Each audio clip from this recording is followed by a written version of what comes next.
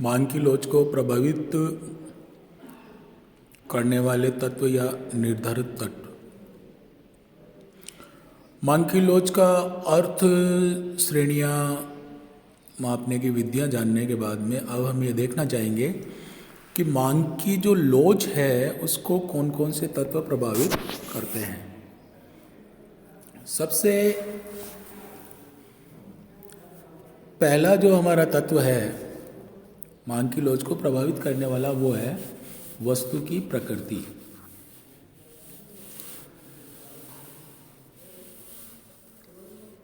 वस्तुओं की प्रकृति में भिन्नता पाई जाती है। साधारणतः यह मान लिया जाता है कि विलासिता की वस्तुओं की मांग अधिक लोचदार, आरामदायक वस्तुओं की लोचदार तथा अनिवार्य वस्तुओं की मांग बेलोचदार होती है।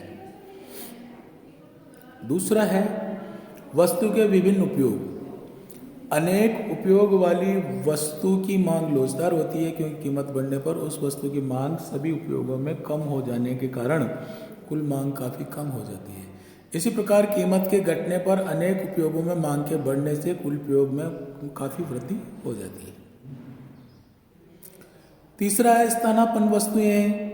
जिन वस्तुओं की स्थानापन्न वस्तुओं की संख्या अधिक होगी उनकी मांग अत्यधिक लोचदार होती है। इसके विपरीत यदि वस्तु का प्रतिस्थापन कठिन हो तो मांग बेलोच होती है। दिया सलाई, नमक आदि की मांग इस कारण बेलोच होती है क्योंकि इनकी कीमतें बढ़ने पर भी मांग में विशेष कमी नहीं हो सकती है। वस्तु के प्रयोग के स्थगन की संभावना।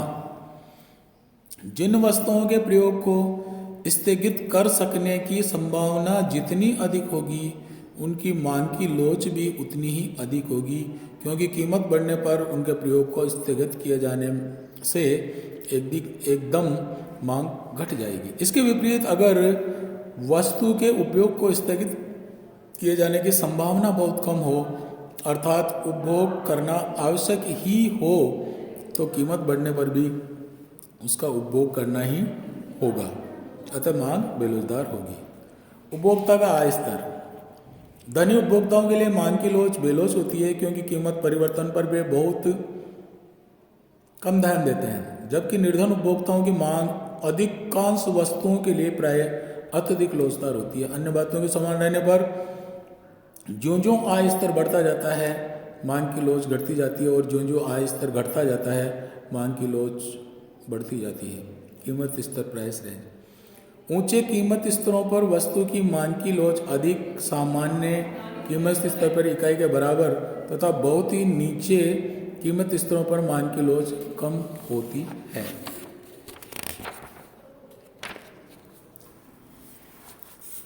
नेक्स्ट बिंदु जो है वो है वस्तु पर किए गए व्यय का कुल व्यय में अनुपात, part of consumers income spend.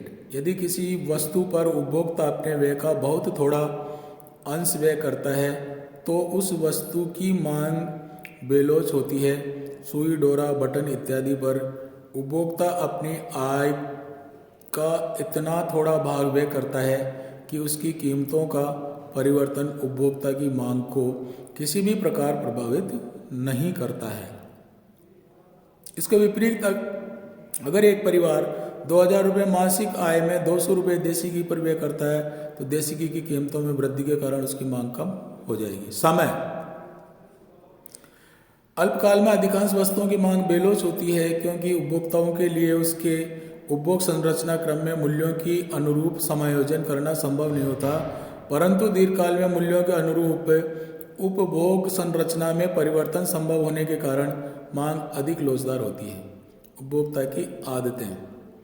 उपभोक्ता की आदतें, रुचि, स्वभाव आदि वस्तुओं की मांग को प्रभावित करते हैं। जिन वस्तुओं के उपयोग की उपभोक्ता को आदत पड़ जाती है, जैसे विशेष ब्रांड की सिगरेट या जर्दा आदि का प्रयोग, तो वे कीमतों में परिवर्तन पर विशेष ध्यान नहीं देते। यही कारण है कि ऐसी वस्तुओं की मांग कम लोचदार होती है। नेक्स्ट है समाज में धन का वितरण। समाज में धन का वितरण जितना ही अधिक समान होगा उतनी ही मांग की लोच अधिक होगी। इसके विपरीत यदि धन का असमान वितरण होगा तो क्रय शक्ति कुछ ही हाथों में केंद्रित हो जाने से कीमत में परिवर्तन मांग को बहुत कम प्रभावित कर सकेगा। संक्षेप में धन के असमान वितरण पर मांग कम लोचदार तथा समान वितरण पर मांग अधिक लोचदार होती है। नेक्स्ट है टिकाऊ या विनाशी वस्तुएं। जो वस्तुएं टिकाऊ होती हैं उनकी मांग अधिक लोचदार तथा विनाशी वस्तुओं की मांग कम लोचदार होती है। जैसे आलू की मांग पालक की मांग से अधिक लोचदार होती है। भावी कीमतें। जिन वस्तुओं की कीमतें सामान्यतः स्थिर होती हैं उनकी मांग की लोच कम होती है। इसके विपरीत जिन वस्तुओं की कीमतों में अधिक उतार चढ़ाव आते हैं उनकी मांग की लोच अधिक लोचदार होती है। मांग की लोच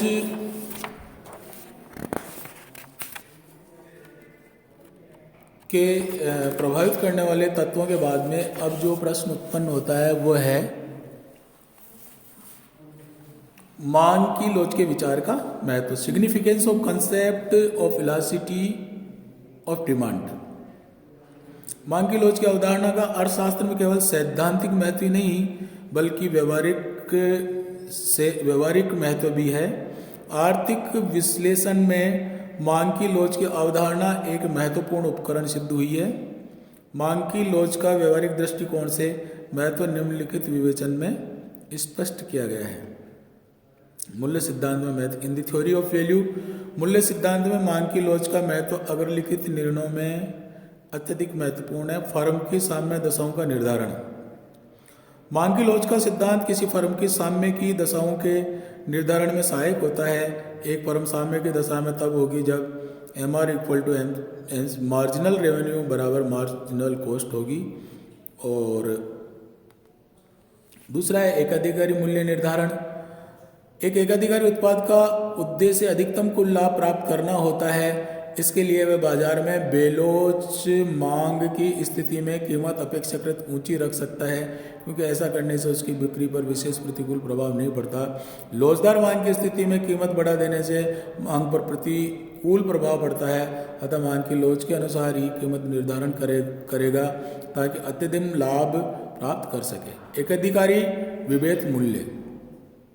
एक अधिकारी अपने लाभ को अधिकतम करने के उद्देश्य से मूल्य विभेद की नीति अपनाते समय भी मांग की लोच का सहारा लेते हैं। बेलोच मांग वाले बाजार में वह अपेक्षाकृत ऊंची कीमत रखता है तथा लोचदार मांग वाले क्षेत्र या बाजार में नीची कीमत रखता है।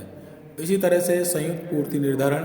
संयुक्त पूर्ति की दशा में भी मांग की लोच का व्यवहारिक महत्व है। जब दो या दो से अधिक वस्तुओं का उत्पादन साथ साथ होता है जैसे गेहूं तथा भूसा तो उत्पादित वस्तुओं की लागतों को अलग अलग मालूम करना कठिन होता है। ऐसी स्थिति में उत्पादक मांग की लोच का सहारा लेते हैं। नेक्स्ट है सरकार के लिए महत्व। वित्त मंत्री कर लगाते समय वस्तुओं की मांग की लोच को ध्यान में रखते हैं। वित्त मंत्री बेलोचदार मांग वाली वस्तुओं पर कर लगाकर अधिक धन प्राप्त कर सकेंगे क्योंकि कर के परिणाम स्वरूप मांग में कोई विशेष कमी नहीं आएगी। इसके विपरीत लोचदार वस्तुओं पर कर लगाने से उनकी मांग में कमी आ जाने से अधिक आय प्राप्त नहीं हो सकेगी। करापात का अध्ययन।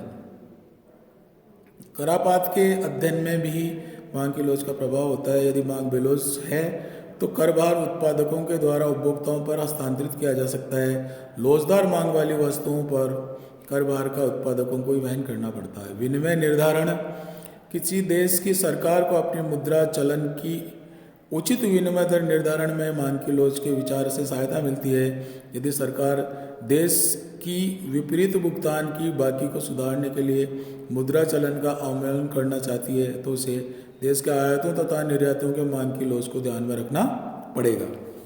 फिर है अंतर्राष्ट्रीय व्यापार के सिद्धांत में व्यापार की शर्तें टर्म ऑफ ट्रेड मांग की लोच पर निर्भर करता है।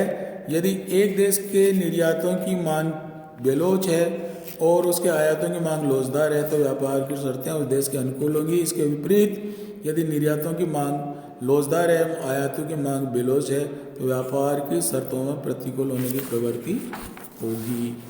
इसी के साथ जो है ये मांग के विचार का महत्व है और ये मांग की लोच का जो हमारा चैप्टर है समाप्त होता है। धन्यवाद।